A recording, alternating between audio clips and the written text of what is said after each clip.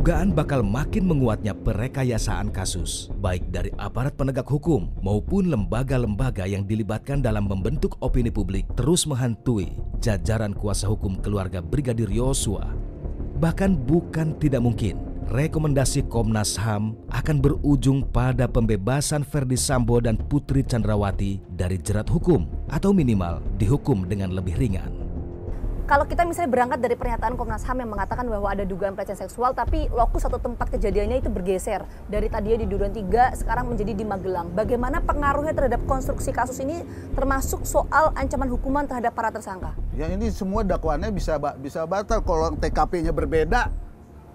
Enggak, dakwaan bisa batal itu maksudnya Ya gimana, lemah Pak? dong. Kalau misalkan itu kejadiannya di Magelang, pelaporannya harus di Magelang.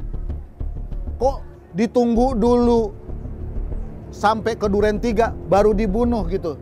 Emang dari mulai Magelang sampai sini kalau dia nafsu nggak bisa memenuhi itu. Oke, berpengaruh terhadap pasal yang diterapkan nggak? Karena para tersangka ada 340. Iya, justru ini indikasi, selain indikasi menggunakan legitimasi Komnas HAM, ya, ini ujungnya adalah ke arah meringankan atau membebaskan terutama Putri dan Sambo.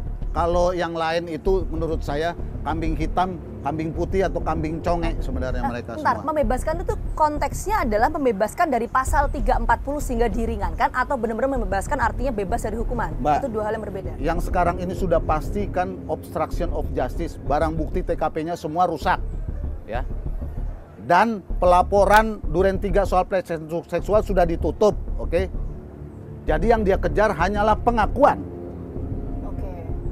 Pengakuan yang muncul sekarang berdasarkan pelecehan seksual adalah Komnas yang bukan pro justisia. Ingat lo ya. Nah, pertanyaannya mau kemana ini arahnya? Jadi kalau jaksa tidak profesional dan sungguh-sungguh memeriksa betul berkas yang sekarang itu dibuat, ya, maka konstruksi ini bisa melemahkan dakwaan dalam praktek peradilan sesat yang materinya sudah hancur akibat obstruction of justice. Oh, jadi pasal 340 pembunuhan berencana bisa gugur tuh ya? Selesai. Jadinya bisa jadi pasal 380 yang pembunuhan biasa itu? Iya, paling tidak dia punya oke. cadangan bahwa dia emosi melindungi harga diri, martabat keluarga, emosi sejenak tanpa ada rencana, nembak. Oke, itu pengaruhnya menurut kuasa hukum ya. Iya. Nanti kita tunggu ya Bang ya, proses hukumnya berjalan seperti apa. Terima kasih banyak Bang Johnson. Saya sih nggak perlu nunggu ya, ini sih udah, hancur dah. Namun demikian, mantan Kabareskrim Polri, Komjen Purnawirawan Susno Duaji meyakini rekomendasi ini tidak akan dipakai oleh penyidik sehingga tidak berpengaruh apa-apa. Apalagi di Indonesia ini sangat tidak dikenal peradilan kira-kira. Oke, nah dengan adanya rilis atau kesimpulan yang dikeluarkan oleh Komnas HAM ini, seberapa signifikan Pak pengaruhnya terhadap proses hukum yang nantinya akan berjalan Pak? Terutama terkait dengan pasal ya Pak ya? Kalau saya katakan ayat pengaruhnya gitu, nggak ada pengaruhnya. Dan itu kan rekomendasi boleh dipakai boleh enggak, dan saya yakin nggak dipakai. Kalau dipakai banyak-banyak kerjaan. Pembunuhan tidak perlu dibuktikan dengan motif. Yang penting nyawa orang sudah mati, ada korbannya, ya udah tinggal direncanakan apa tidak. Ternyata sebelum dibunuh kan ada direncanakan di rumah pribadi di Soguling kan. Kan ada dalam reka ulangnya, mereka kumpul-kumpul di situ, habis itu langsung menggiring atau membawa Yosua Huta Barat ini ke rumah dinas. Kemudian Yosua di luar dimasukkan ke dalam, di situ entah dia apa yang diinterogasi, baru didor.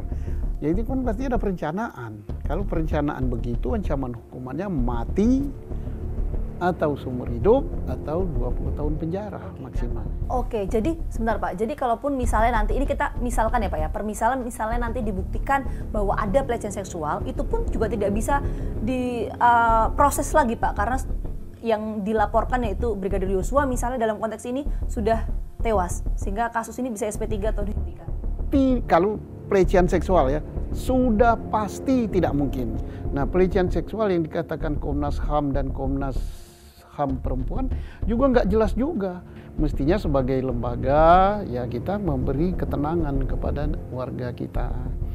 Nah, kalau mau diurus Komnas HAM perempuan tentang hak-hak asasi perempuan, ibunya Joshua dong terpukul sekali, anaknya meninggal, kemudian demikian prosesnya hampir tidak diproses kalau media tidak mengangkatnya, ya kan? Ini diperhatikan dong. Ini nggak bisa lah, nggak mungkin merubah pasal. Ada beberapa fakta yang berhasil kami kumpulkan di lapangan. Komnas HAM menyampaikan kesimpulan adanya dugaan pelecehan seksual di Magelang berdasarkan keterangan yang disampaikan oleh istri Verdi Sambo, yaitu Putri Chandrawati kepada pihak Komnas HAM. Namun di sisi lain beberapa pihak, misalnya saya sebutkan mantan Kabareskrim Susno Duaji, pihak kuasa hukum dari Brigadir Yosua, menyatakan bahwa menyampaikan kesimpulan berkaitan dengan konstruksi kasus bukan kewenangan dari pihak Komnas HAM. Terlepas dari apapun itu, ada atau tidaknya dugaan pelecehan seksual dalam konstruksi kasus yang menewaskan Brigadir Yosua, tentu kita akan tunggu perkembangan penyidikan dari pihak kepolisian. Saksikan terus Fakta setiap hari Senin pukul 8 malam hanya di TV One.